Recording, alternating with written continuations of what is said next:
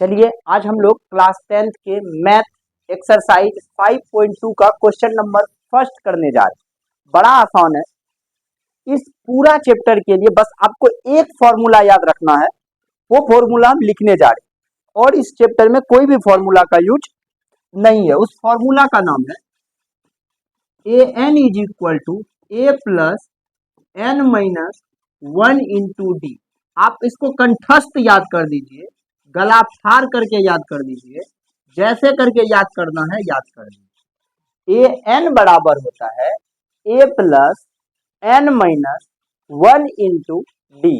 जहां अब देखिए बात बता रहे हैं, आपको सिखा रहे हैं, जहां ए एन जो होता है उसको अंतिम पद कहते हैं। अंतिम पद यानी कि लास्ट टर्म। ए जो होता है वो प्रथम पद होता है, प्रथम पद। एन जो होता है वो पदों की संख्या होता है, पदों की संख्या होता है। और डी जो होता है बउआ, इस सार्व अंतर होता है। ये क्या होता है?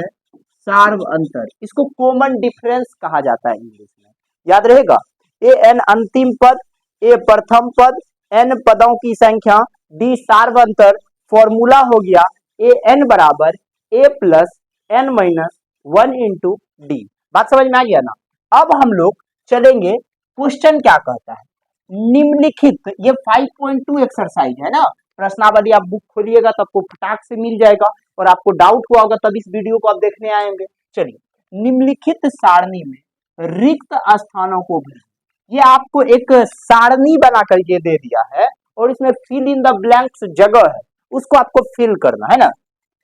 जहां एपी का प्रथम पद ए जो हम आपको बताए, सार्व अंतर डी, और एनवा पद ए एन है। एनवा पद मतलब टोटल पदों की संख्या जो है वो ए एन है। तो आपको इस सारणी में रिक्त स्थान 1 2 3 दिया हुआ है, चौथा भरना है।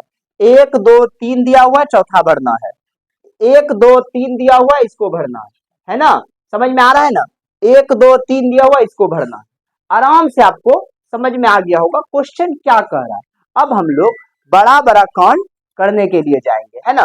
देखिए, सबसे पहला नंबर जो है, सबसे इसका जो पहला नंबर क्वेश्चन है उसमें क्या क्या दिया हुआ है। तो ए बराबर दिया हुआ है 7, डी बराबर दिया हुआ है, यहाँ पे लिख दीजिएगा गिवन, यानी कि दिया है। क्या दिया हुआ है? ए बराबर 7, डी बराबर 3, एन बराबर 8। निकालना क्या है? ए एन निकालना है। फॉर्मूला लगाएंगे ए एन बराबर A plus N minus 1 into D. लगा दिए फॉर्मूला। अब आप बैठाइए, ए में कितना है बउआ? 7 प्लस एन में कितना है? 8 माइनस 1 इंटू डी में कितना है? 3। डी में कितना है? 3। अब यहां पे आप देखिए, 7 प्लस 8 में से 1 गया तो 7 3। अब यहाँ पे 7 प्लस 7 3 जा 21, सबको जोड़ दिए तो हो गया 28। यानी हम लोगों का ए एन जो निकल गया वो 28 निकल गया। पहला समझ में आ गया कि नहीं आ गया? सबको समझ में आया ना। ऐसे तो सबको समझना है,